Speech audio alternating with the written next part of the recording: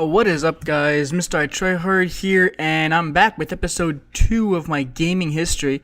If you guys have missed episode 1, definitely go check that out. I'll put a link in the annotation down below, and maybe on the screen somewhere right now. This series is all about me talking about my gaming history. Really, it's not that difficult. It's all about just how I grew up with games, what games influenced me, what consoles I played the most. Leading up to the whole Call of Duty Black Ops, I played a bunch of games. I am 27 years old, so I played on a bunch of different consoles as well. So I'll cover those too, and I'll cover my favorite games and whatnot. And I'm not sure how long this series is gonna be, but hopefully it'll be a good one. Maybe like a small mini series or something. So. If you haven't watched episode 1, definitely go check that out. And today's episode is going to be dealing with my second console. Really, it was out in '92, so I was 8 years old, if my math is correct.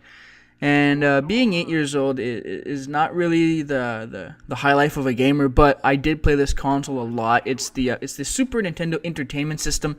For short, just gonna call it Super NES or SNES, whatever. I'll put a picture right now somewhere on the screen, and it was out in 1992. This was Nintendo's second console.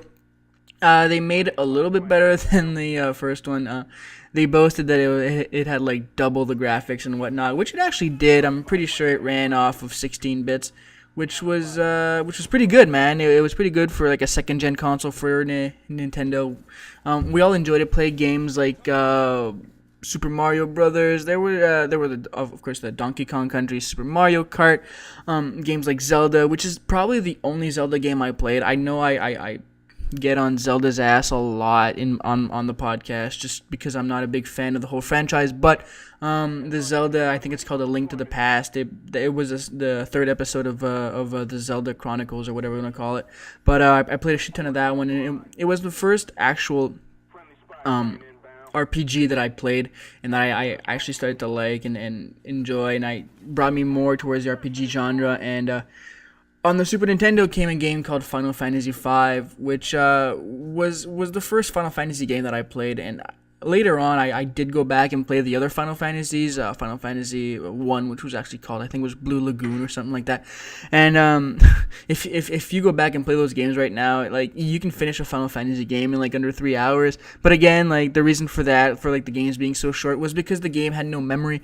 I mean, not the game, but the console. So like, you couldn't save or anything. So games that were like 5 hours or more were basically waste, because nobody would leave a game open for 5 hours, at least back then, because the whole hardcore gamer idea, or at least experience, wasn't really out there yet. I mean, nobody posted videos on YouTube. Like, HD PVRs didn't even exist. Like, gaming in HD wasn't even possible. Like, HD didn't exist. The internet wasn't even all that well known yet. I'm not even sure if it was in 1992. Probably only like the army and like a few special people had the internet. So the only social aspect of gaming in those days was the Super NES was a two-player game.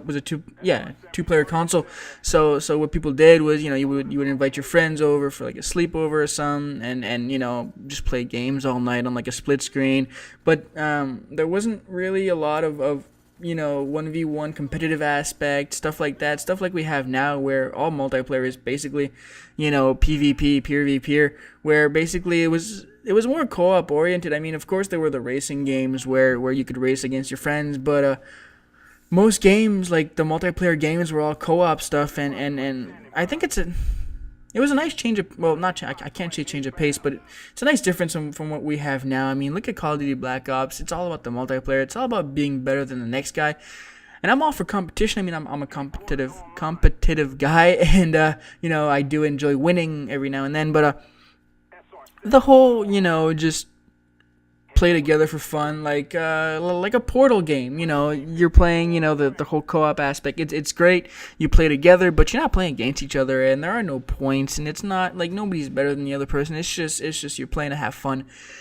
And that's what I miss about those early gen consoles, man. I mean, there wasn't a lot of competitive rivalry, and there weren't any like GB teams and stuff like that. And the whole not RPG, but the whole FPS aspect of games wasn't even out yet, because 3D wasn't out. The only not FPS, but the only shooters out there were 2D side scrollers, and you can't play multiplayer on those.